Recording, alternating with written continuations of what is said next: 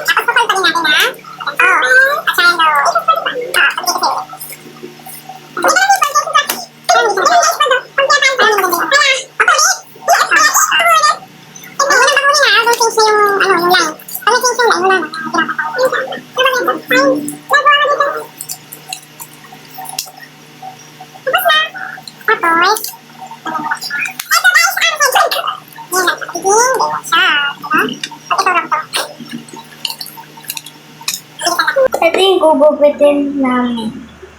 Yan.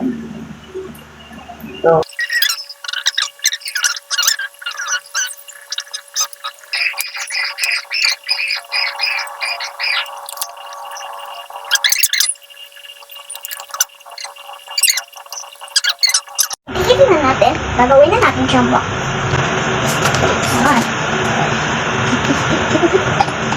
Guys, ito dyan. So, benefit. Tingnan ko na ito. Diyan sa dikit natin, ha? Ayan, dikit. Ayan.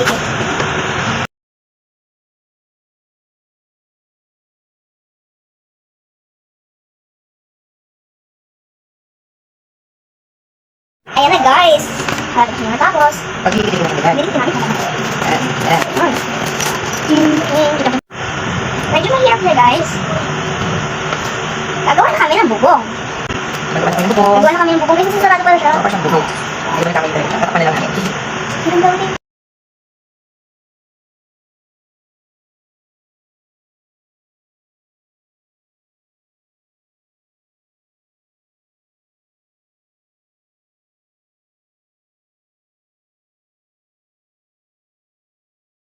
Hello guys, ito na yung nagawa namin. Sobrang ganda. Iisahin mo rin ako.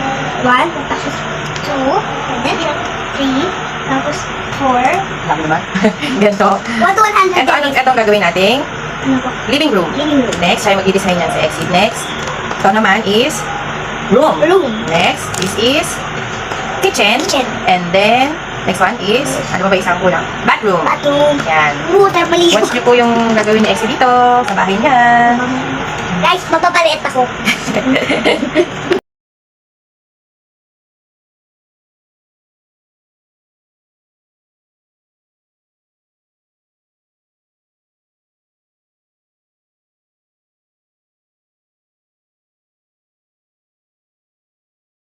So guys, salamat tapos na kami. Look guys, maganda namin pintuan pa nabubukas pa. Ganda. Nung hinahanap kasi rin yung mami yung block. Kaya ngayon na kami natapos. This one is, I'm watching Paw Patrol.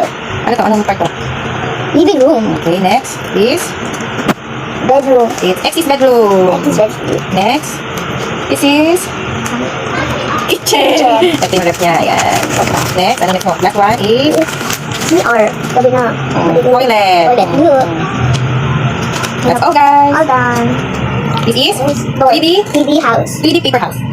3D paper house. Bye, guys. Bye guys. Okay, bye, guys.